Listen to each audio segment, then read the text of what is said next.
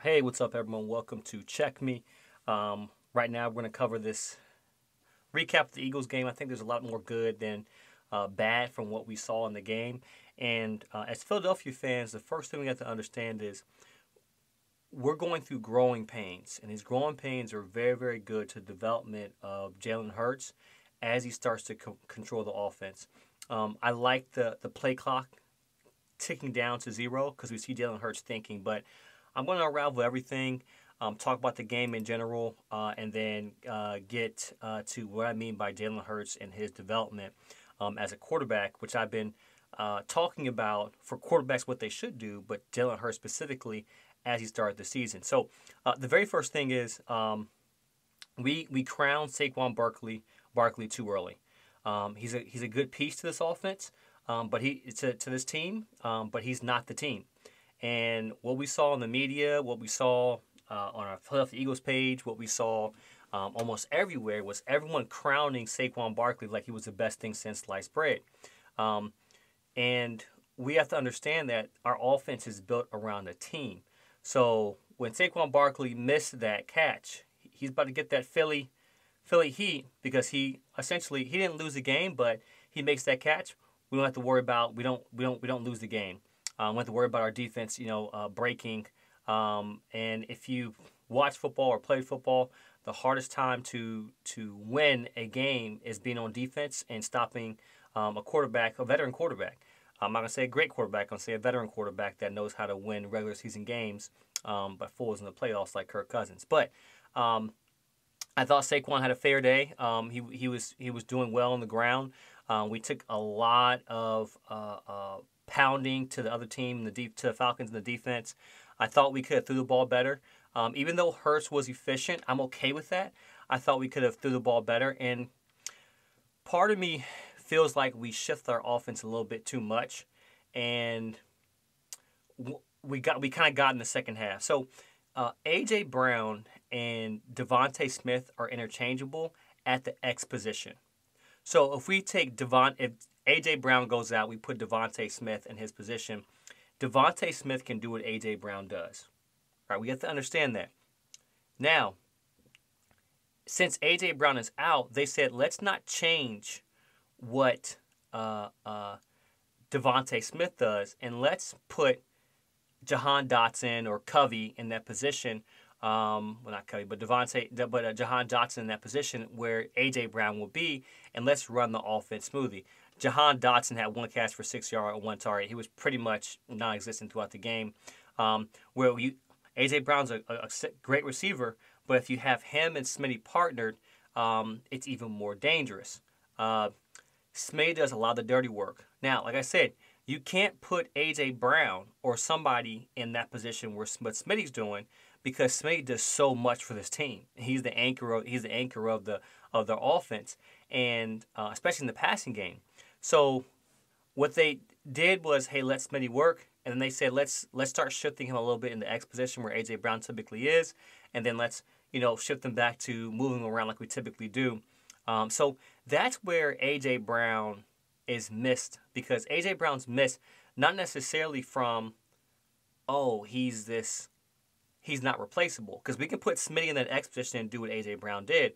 But with AJ Brown being that kind of Swiss Army knife in the offense, finding spots, having a big number, he's hard to replace. So that was the big thing. If you saw on that one play, I think a third down play, they bracketed Smitty where Jalen Hurts ran or threw a short to his check down. Now I'll dive into the film a little bit deeper than what I've done tonight. But that's the biggest key component. The key component is us on offense was us trying to change the offense a little bit too much in AJ's absence and not just running it like we normally run it. I think Jahan Dotson is capable of winning one-on-ones. I think he's capable of getting separation, but we really didn't get a chance to see that this game. And if you saw, Devontae Smith was actually kind of telling some of the guys' routes, what he was going out there for them to do. I thought we could get Kenneth Gainwell a little bit more touches. He had 2 for 6. Take a little bit of load off of Jalen Hurts. I wouldn't mind having two running backs in the backfield where we run a RPO option that doesn't revolve around Jalen Hurts running the ball too much. Even though I do like him holding the defensive ends and whether they're crashing or they're doing containment, I do like that aspect of it. But with the RPO action, with the pass action, we got too many illegal linemen downfields, and that really kind of hurt our offense a little bit, our flow of the offense a little bit. But our defense is, first of all, C.J. Gardner-Johnson. Bro, I can't tell you how proud I was to see C.J. C.J., I'm not sure how much he weighed, but I know Bijan's about 6'1", 220. They have C.J. Gardner-Johnson at 5'11", 210. I think he's more on the maybe 5'10" side, maybe 200 pounds, soaking wet. Actually, was an even matchup. They say Bijan Robinson's 5'11", 215. So they say that they're about the same size. But just to see CJ come down and put his shoulder pad, put his helmet on a running back like that on a fourth down, can't tell you how proud that makes me as an Eagles fan and football player. I think anybody who watched football would enjoy what CD did, even though he got beat like the redheaded stepchild. It was flat-footed. And, of course, you saw what Troy Aikman said. The rush wasn't doing anything. In the game. We sacked Kirk Cousins one time. And for most of the game, we sent a four-man rush. Kirk Cousins was wildly efficient. 117 quarterback rating, 20 for 29. But I think that Jalen Hurts, outside the interception when he got hit, he had a relatively good game. 23 for 30, 183, 85 on the ground, 2 touchdowns. I think he was spreading the ball out well. But aside from the defense and the Eagles' defense playing a lot more softer coverage, Quinyon Mitchell, he's a rookie. I'm sorry, you guys crown people way too early. You crown Quinyon Mitchell way too early, and teams take advantage of him. And it's just what in the run game, yards after catch as well as passing. I'm not sure what's wrong with Isaiah Rodgers and why he's not playing. I think we may look at a different team. I need to go check and see what actually happened to Isaiah Rodgers. I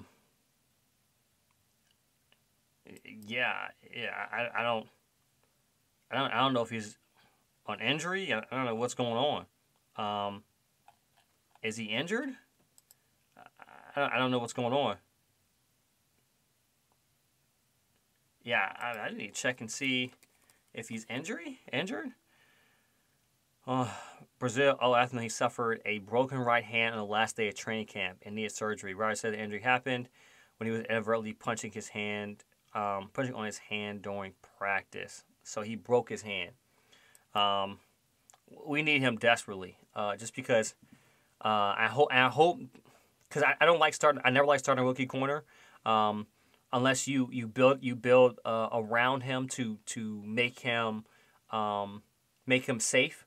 Not like the rest. What I watched the Commanders did with Emmanuel Forbes, but not put Quinyon Mitchell in positions where he can get yoked up, because he got yoked up a lot. I don't like him. I don't like Avonte Maddox in the slot. He's very handsy. He gets beat a lot. These guys are great for run support, but when it comes to pass coverage, it's just not it. So our secondary is something that we need to talk about, but also we got no upfront pressure. We have Jalen Carter and Jordan Davis in the middle, but we're getting no upfront pressure, and that's a huge problem. Josh Sweat, I thought he played well, but we're getting no pressure on the quarterback. And Nakobe Dean, Zach Baum were everywhere, but we're not getting any pressure on the quarterback, and we can't expect our secondary to guard for light years. Now, the most important thing I want to talk about is the growing pains. The growing pains that we're putting in ROI that will yield high investments towards the end of the season. And what does that mean? What do I mean by that? What we're seeing is Jalen Hurts once again call his protections. All right, this is the first year he's actually looking at the line of scrimmage and calling protection. And I thought the first two games, the Packers game and this game, he did very well. And we're seeing him really see the defense and the layers of the defense that he hasn't seen before. Those responsibilities were taken over by Jason Kelsey. Right, the protection was mostly called by Jason Kelsey. Now that he's gone as Cam Jurgens, Jalen Hurts is really taking on a new responsibility, which makes him a better quarterback. If you saw, he was only sacked once. He stayed more in the pocket, which we see the success of that with Patrick Mahomes making plays by staying more in the pocket, right?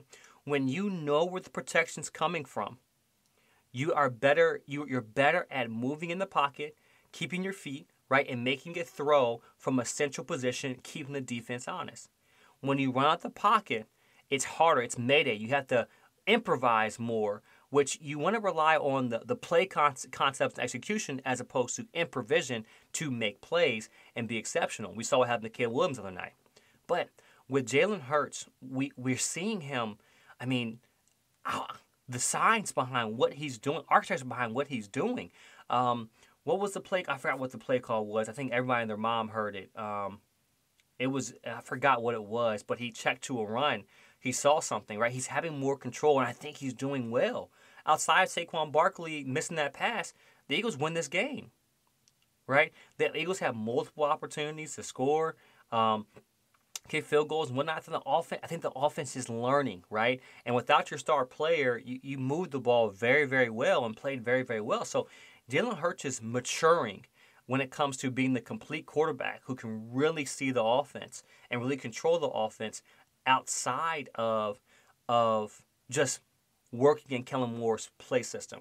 So the Eagles are developing Jalen Hurts as a quarterback, right? And he's able to put guys in position or know where the blitz is coming from so he can better run or better pass. This is what Patrick Mahomes has gotten better at year over year.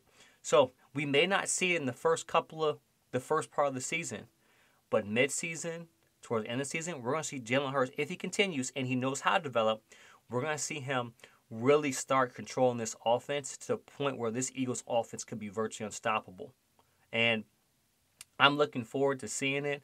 And this is the deposits that we see with Jalen Hurts. So Eagles fans, be patient, right? We are putting money into a security. We're putting money into a stock, right, with Jalen Hurts so that we can see it towards the end of the season. And we're going to win games. It's going to be some tough games.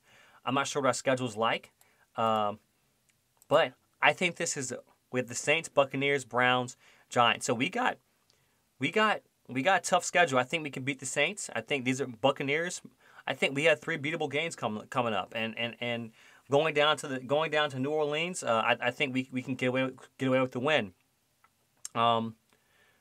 If we're going to start a corner, I think we should have not drafted Cooper DeJean. I think we should have drafted Kool-Aid McKinstry. I thought he was the best cover corner in the draft. The fact that he slipped so low it's just insane to me. We got Anaya Smith. I don't even think we're using Anaya Smith, but I think he would be a great slot guy for us to use. He's on injured reserve. Okay, say he's returned, but yeah, I think he's in reserve. We have some talent. I think we have some talented guys. We're just not giving them opportunities. The big threat, Johnny Wilson, moved him to tight end. I don't see why he's out there getting reps at the goal line if we're not going to throw him a fade. He's not blocking or he's blocking. So, but I thought overall the investment we put into these games, we're putting into these games, are worth it. I'm really looking forward to seeing the Eagles, Jalen Hurts really develop throughout the whole season. The defense is going to fix itself, and what Vic needs is to play as the Eagles to not always play from behind, but get points on the board. It's going to start to align itself towards the mid of the season. We have to just be patient with the Philadelphia Eagles. But I like what I saw. I like the fact that Saquon Barkley missed that catch. I think it's a great, great humbling experience for the Eagles Nation as well as Saquon. Not to just be too high on himself and us be too high on Saquon.